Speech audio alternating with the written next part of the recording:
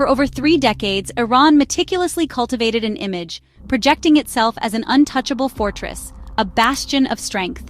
This image resonated powerfully throughout the Middle East, shaping perceptions and influencing regional dynamics.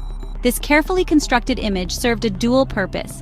It was a message intended for both its own people, reinforcing national pride and unity, and for the world at large. The message was clear: Iran was strong, secure, and seemingly immune to any direct attack. Supreme Leader Ayatollah Ali Khamenei systematically built this image through the projection of military might, showcasing advanced weaponry and strategic capabilities. He invested heavily in advanced missiles and cultivated a complex network of proxy forces strategically positioned across the region. The government's core promise to its citizens was simple, yet powerful: accept strict rules and regulations, and in return, you'll be shielded and safe from foreign threats and external aggression.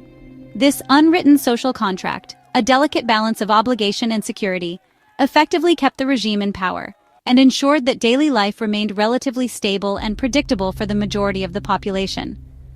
Iran's strategic vision extended far beyond its own borders, actively supporting groups like Hezbollah in Lebanon and various militias operating in the complex landscapes of Iraq and Syria, all in an effort to keep potential conflicts and instability far from Iranian soil.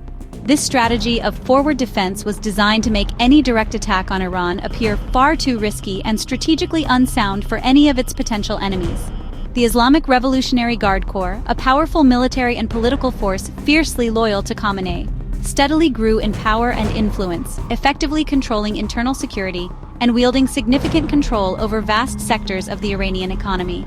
The overarching message, relentlessly promoted by the state, was unequivocally clear: Iran, a proud and resilient nation, could not be easily bullied, intimidated, or broken by external forces.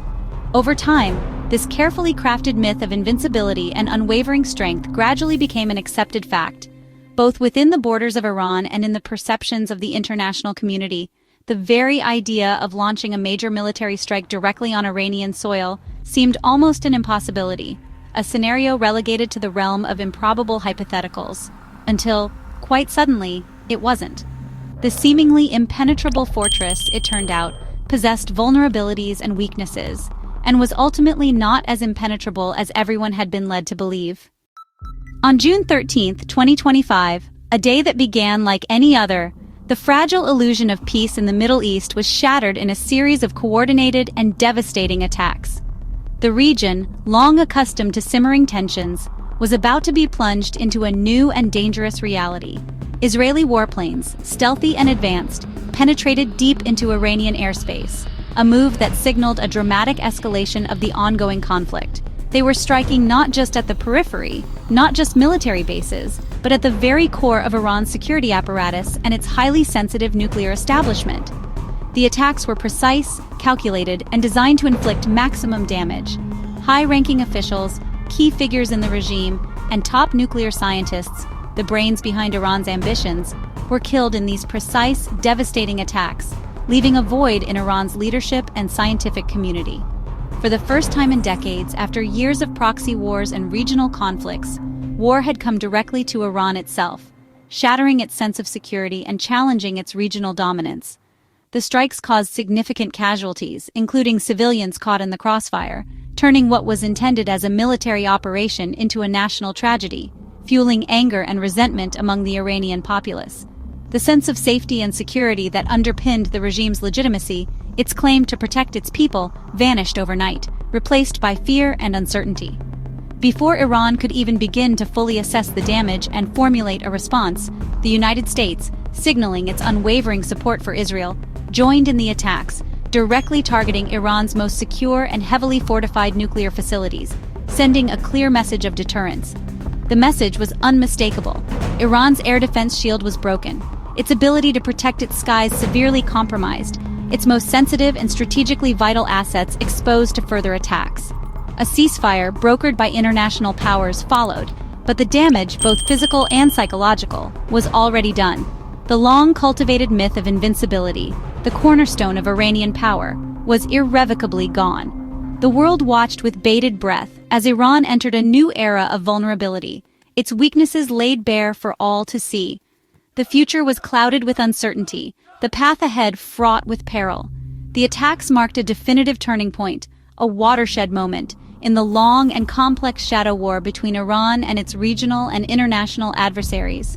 Direct strikes on Iranian soil, a previously unthinkable scenario, had crossed a red line, fundamentally resetting the region's strategic balance and ushering in a new era of heightened risk.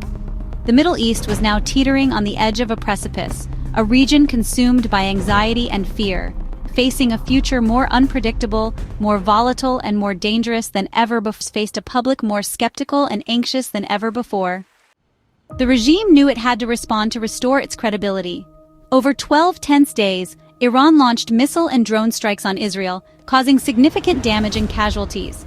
State media celebrated the retaliation, briefly boosting national morale. But the regime's response didn't stop there. Convinced the attacks had inside help, authorities unleashed a brutal crackdown. The Revolutionary Guard and intelligence services arrested over 700 people, accusing them of collaborating with Israel. The arrests targeted activists, journalists, and minorities, spreading fear and mistrust. The hunt for spies became a tool to silence dissent and reassert control.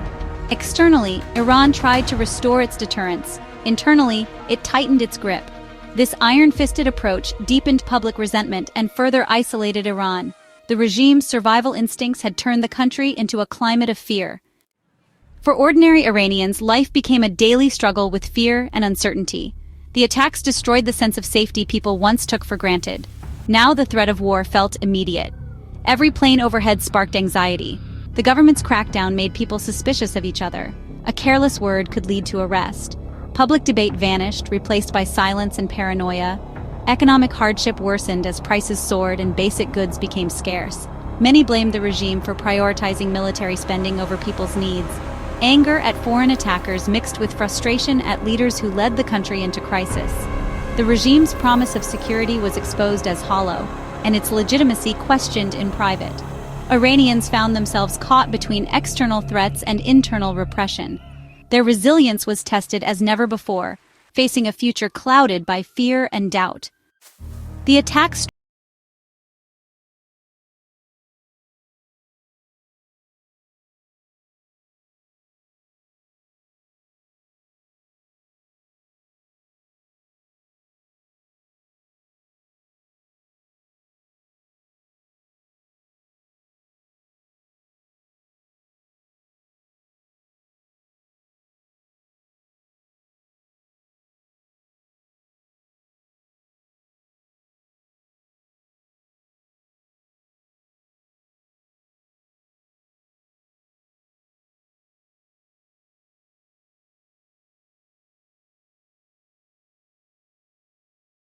political landscape.